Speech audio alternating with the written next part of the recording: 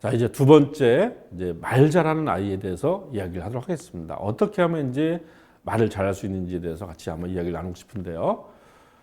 보통 우리가 이제 막힘없이 술술 이야기하는 것을 말 잘한다고 생각합니다. 저는 그거는 달변 가야지 말을 잘하는 거라고 생각하지 않아요. 진정으로 말을 잘하는 것은 말을 통해서 상대의 마음을 움직이는 겁니다. 상대에게 공감과 동의라고 하는 그런 반응을 이끌어내는 것이 바로 말을 잘하는 거라고 생각해요. 그럼 어떻게 해야 우리가 말을 해서 이 상대의 마음을 움직일 수 있을까요? 그러려면 거기에 법칙이 있는데 그 법칙은 뭐냐면 첫 번째 용건입니다. 내가 이 말을 통해서 저 사람한테 영향을 미치려고 하는 어떤 결정과 판단의 내용이 있어요. 그걸 우리는 용건이라고 합니다. 근데 이 용건만 갖고 저 상대를 설득할 수가 없어요. 그렇기 때문에 뭐가 필요하냐? 바로 근거가 필요합니다. 바로 용건, 타당한 용건과 구체적이고 생생한 근거가 바로 좋은 말의 조건인 것이죠. 자, 그런데 우리 부모님들은 아이들과 어떻게 대화를 하고 있나요? 아이들은 보통 이렇게 얘기하죠. 엄마, 나 장난감 사줘. 끝. 아이는 절대 근거를 말하지 않습니다. 그럼 부모는 어떻게 생각할까요? 장난감을 사줄 것인가 말 것인가를 고민하죠. 그죠? 예. 근데 사실 이거는 부모와 아이의 대화뿐만 아니라 부모님도 아이한테 그렇게 얘기하고 있어요. 또 부부끼리도 그렇게 얘기하고 있어요. 우리는 가족 내에서 거의 근거를 말하지 않고 용건만 얘기해도 다 모든 게 통합니다. 가족 내에서는 문제가 없죠. 근데 이제 아이가 학교에 가요. 학교에 가서 친구들을 만나죠. 회사에 가서 동료들을 만나죠. 또 이 밖에서 다양한 어떤 커뮤니티에서 이제 사람들을 만납니다. 근데 거기는 어떨까요? 거기 용건만 말하면 다 모든 일이 다 통과가 될까요? 절대 그렇지 않죠. 그죠? 거기서는 바로 이제 근거를 말하기 시작해야 됩니다. 그 근거도 그냥 단순한 근거가 아니라 상대가 마음을 움직일 수 있는 그런 어떤 구체적이고 전략적인 근거를 이렇게 말을 해야 돼요. 근데 우리가 집에서 용건만 말하고 있잖아요. 그러니까 이 근거를 말하는 법을 우리가 배우질 않는 거예요. 집안에서. 앞으로 이제 부모님들은 아이들이 엄마 나 장난감 사줘. 그러면은 yes, 오와 no만 대답할 것이 아니라 이렇게 물어봐야 됩니다. 왜? 라고 물어봐야 됩니다. 아이는 아마 일순간 이렇게 당황스럽겠죠. 그죠? 예. 그렇지만 아이는 생각할 겁니다. 왜 내가 장난감을 사달라고 그랬지? 뭔가 자기 욕구에 대해서 객관화를 시키는 과정들이 필요하겠죠. 그죠? 또 하나, 내가 장난감을 얻으려면은 엄마를 설득을 해야 되는구나. 이런 것들을 자연스럽게 배우게 됩니다. 자, 그래서 우리는 이제 가족 내에서의 대화를 용건만 서로 주고받는 것이 아니라 바로 근거를 갖춰서 이야기하는 그런 어떤 문화를 만들 필요가 있죠. 이렇게 집안에서부터 이렇게 어떤 누군가를 설득할 수 있는 언어를 배워야만이 이 아이가 자연스럽게 학교, 직장, 사회에서도 누군가를 잘 설득하는 그런 어른으로 이렇게 성장하지 않겠습니까?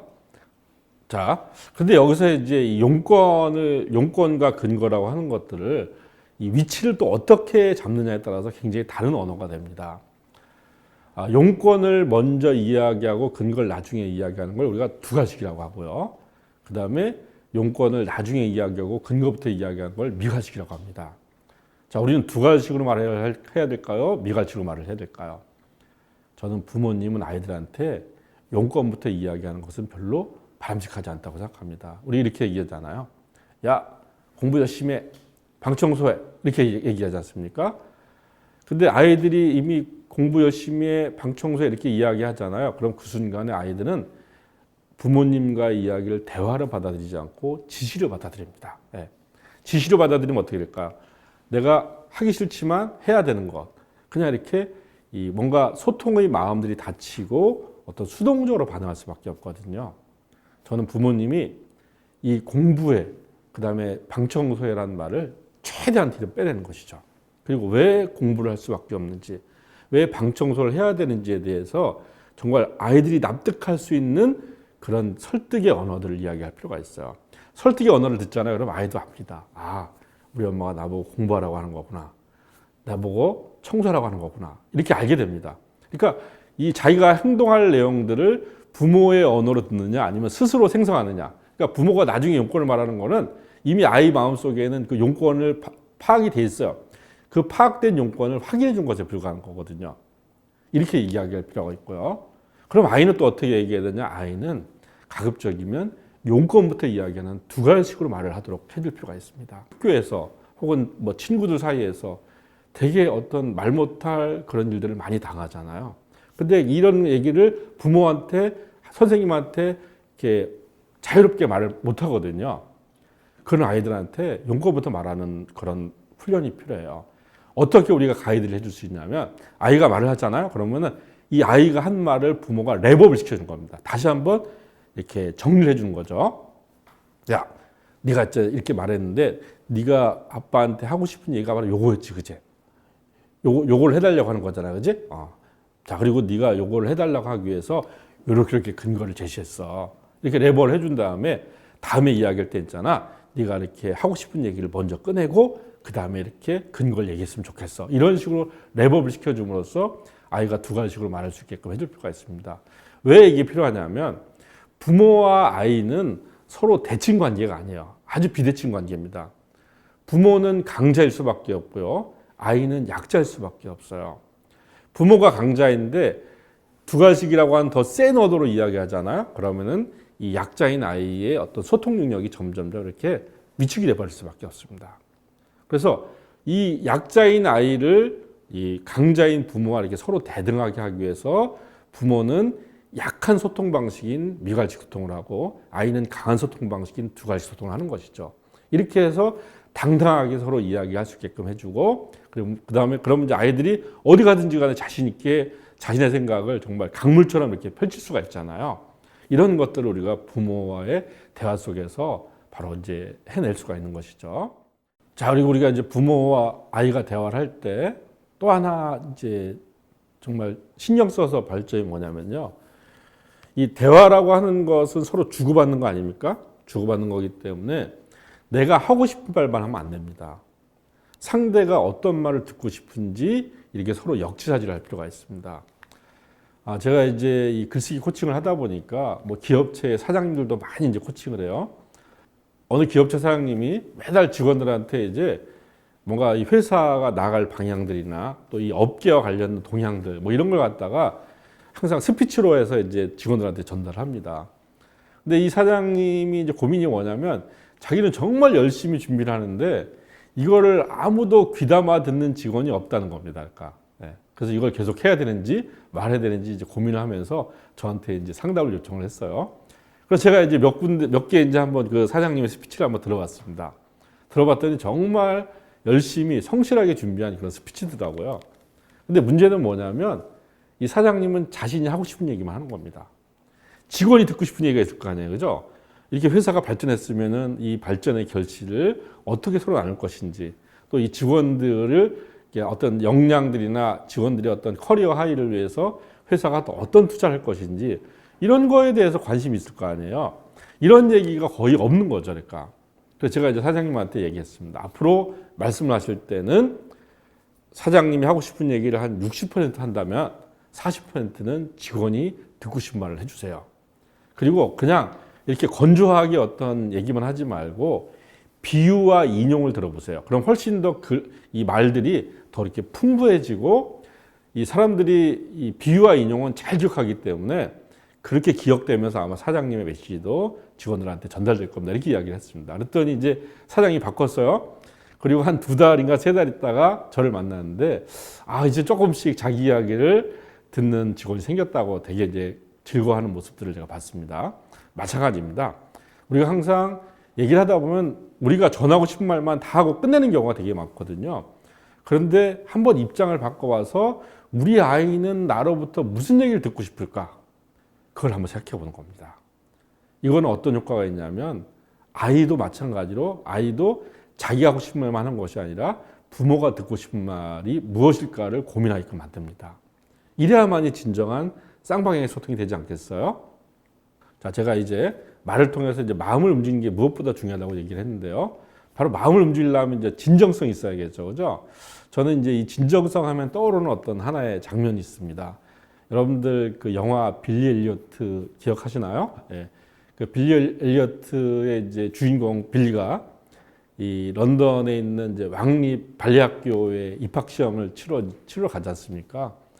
너무나 이제 이 대기실에서 마음이 초조한 겁니다. 그런데 이제 같이 이 오디션을 보러 왔던 친구가 막 이제 말을 걸잖아요. 그러니까 짜증이 나서 이제 그 친구를 이렇게 좀 폭행을 합니다. 사실 이것만으로 이제 빌리는 이 왕립발레학교의 그 합격이 취소될 가능성이 되게 높은 그런 상황이었었어요. 그렇지만 아무튼 이제 이 오디션을 받고 그리고 이제 나는 이제 안 되겠구나 하는 그런 낙심하는 마음으로 이제 이 오디션장을 나갑니다. 그럴 때에 심사위원 가운데 한 사람이 이렇게 이야기를 하죠. 너 춤출 때 어떤 마음이었니? 그랬더니 이제 빌리가 이렇게 이야기를 합니다. 모르겠어요. 그냥 기분이 좋아요. 조금은 어색하기도 하지만 한번 춤을 추기 시작하면 모든 것을 잊게 되고 모든 것이 사라져버려요. 사라져버리는 것 같아요. 내 몸 전체가 변하는 기분이죠. 마치 몸에 불이라도 붙은 느낌이에요. 전 그저 한 마리 나르는 새가 되죠. 마치 전기처럼, 네, 전기처럼요. 이렇게 이야기를 합니다. 결국 어떻게 됐습니까? 예, 빌리는 합격을 했죠. 그죠? 자, 저는 이 빌리의 이 마지막 이야기를 들으면서 이 마음이라고 하는 것은 정말 표현하기 어렵지 않습니까? 그런데 빌리는 이 마음을 이렇게 사람들이 이해할 수 있는 언어로 이렇게 표현하고 있어요.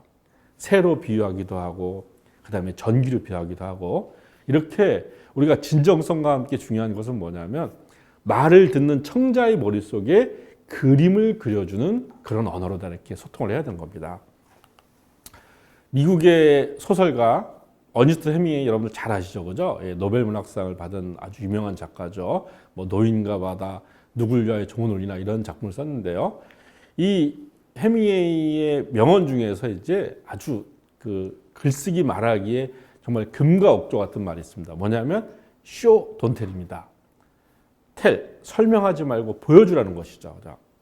이 설명하는 것은 이를테면 너는 되게 긍정적인 아이구나 라고 이렇게 어떤 쉽게 말하면 상황을 퉁쳐서 얘기하는 게 바로 텔링입니다. 그러나 showing은 뭐냐면 그 아이가 긍정적이었던 한 장면을 보여주는 겁니다. 그렇게 보여줌으로써 어떤 사람들한테 더 공감들을 불러일으키는 것이죠. 아이들이 자소서 쓰지 않습니까? 저 자소서 쓸 때 보면 제일 안타까운 것이 설명하는 거야. 저는 성실합니다. 저는 최선을 다합니다. 이런 얘기 해도 입학사정관이나 혹은 뭐 취업할 때 취업 담당관들 전혀 반응하지 않습니다. 그냥 하는 얘기구나라고 생각하죠.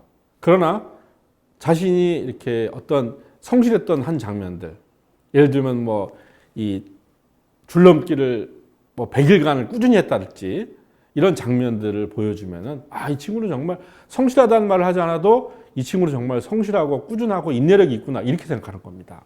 이게 바로 이제 쇼잉의 언어입니다. 그래서 어떻게 하면 이제 사람들한테 그림이 그려진 언어로 이렇게 말을 하게 할까 이런 거를 우리가 이제 잘 생각해야 되는데요. 그렇게 하는데 이제 아주 좋은 방법이 바로 육하원칙입니다.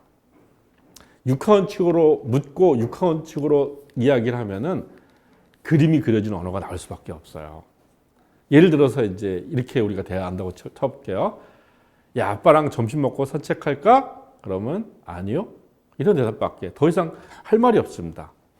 그러나 우리가 육하원칙으로 이렇게 얘기할 수 있어요. 야, 아빠랑 언제 산책할까? 오후까지는 제가 친구들하고 공룡 전시 보기로 했어요. 저녁 때는 시간이 되는데 답이 달라지겠죠, 그죠? 자, 이번 휴가 우리 여름에 제주도 갈까? 지난번에 또 갔는데 이러면 대화가 더 생기지가 않습니다. 그러나 이번 여름 휴가는 어디로 갈까? 아빠 요즘에 양양에서 되게 서핑이 유행한데요. 거기 가볼까요? 이렇게 달라지는 겁니다. 그러니까 열려있는 질문이 되는 것이죠. 열려있는 질문이 되기 때문에 그림이 그려진 언어로 답변할 수밖에 없어요. 그래서 우리가 말을 할 때 항상 이 육하원칙을 정말 잘 활용을 해야 됩니다. 육하원칙은 이 말하기 글쓰기에 정말 체크리스트 같은 거예요. 육하원칙을 갖고 육하원칙에 있는 내용들만 잘 말을 해도 말의 핵심이 잘 전달되고 그 다음에 어떤 구체적인 언어를 쓸 수가 있습니다. 꼭 한번 해보시기 바라겠습니다. 자, 그런데 이제 무엇보다 말하기에서 제일 중요한 것은 바로 이제 부모의 경청입니다.